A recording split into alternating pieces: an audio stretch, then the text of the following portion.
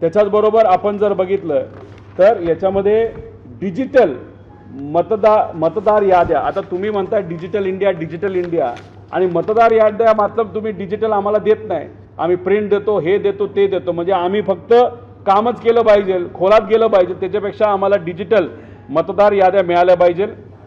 BLOची diary नोंदी कशा झाल्यात हे आम्हाला समजून घ्यायचं आहे आणि येणाऱ्या इलेक्शनमध्ये ते कसं करून घेणार आहे हे सुद्धा आम्हाला माहिती पाहिजे.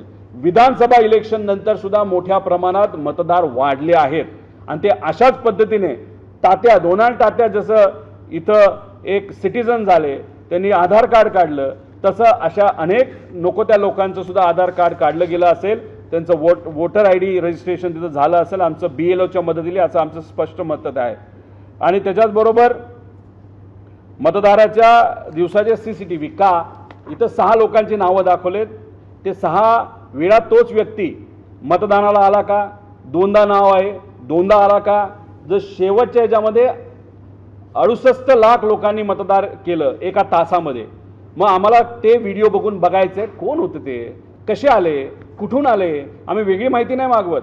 आम्हाला पुढच्या बाजूली मतदान करताना आम्हाला कळणार सुद्धा नाही मतदान कोणाला केलंय, पण तिथं जे काही CCTV कॅमेरे ठेवले होते तिथं आम्हाला त्या ठिकाणी माहिती ही पक्की मिळणं अतिशय महत्त्वाचं आहे, असं आमच्या सगळ्यांचं तिथं मत आहे. आणि त्याच्याचबरोबर आमचं एक BLOचे लॉगिंग डेटा द्या, आमचं असं मत आहे की एका मोबाईलवरनं हजार लोकांचं तिथं रजिस्ट्रेशन झालेलं आहे, त्यामुळे लॉगिंग डेटा आम्हाला द्या.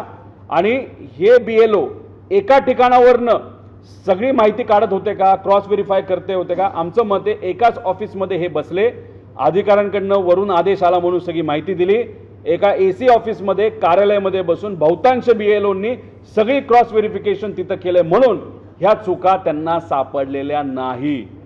त्यामुळे कुठं ना कुठंतरी घोळ झालाय. त्यामुळे लॉगिंग ID आणि CDR डेटा हा बघून खरं काय हे लोकांसमोर तिथं आलं पाहिजे असं आमचं मत आहे. फॉर्म क्रमांक 7A आम्हाला उपलब्ध करून द्या आणि स्थानिक निवडणुकीतील पार्श्वभूमी बघता हे जे काय घोळ निघालेत, जे काय पुरावे येत आहेत, VVPAT असणं महत्त्वाचं आहे. ते म्हणतील आमच्याकडे एवढे VVPAT नाहीत, मशीन नाही आहेत. अहो अख्ख्या देशात काही इलेक्शन आहे असं नका समजू. लोकसभेला तुम्ही सगळीकडे वापरले, आणा ना, मग जिल्हा परिषदच्या सदस्यासाठी एक वापरा, पंचायत समितीसाठी एक वापरा, प्रभागमध्ये 4 असतील तर 4 वेगळे वापरा, अख्ख्या देशातून तुम्ही आणा आणि मग त्या VVPATचा आणि त्या तिथं मशीनचा वापर करा. अजून डोकं वापरा, अजून थोडे दिवस जाऊ द्या, नाहीतर सहज सोप्या पद्धतीने म्हणजे आपल्या बॅलेट पेपरवर तुम्ही मतदान घ्या, विषय संपवा. त्यामुळे एकतर मशीन मतदार यादीमधला घोळ जोपर्यंत क्लिअर होत नाही तोपर्यंत तुम्ही इलेक्शन कशाला घेता. लोकांचा विश्वास इलेक्शन कमिशनवर राहिलेला नाही. इलेक्शन कमिशनमध्ये सुद्धा काय अधिकारी आहेत ज्याची नावं कदाचित पुढे जाऊन आम्हाला घ्यावी लागतील, पण आज आमचा आक्षेप इलेक्शन कमिशनवर आहे, प्रक्रियेवर आहे, तिथं मतदार यादीवर आहे.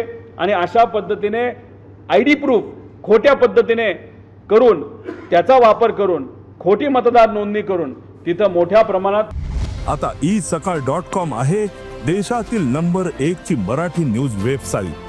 प्रत्येक अपडेटसाठी isakal.com ला नक्की भेट द्या.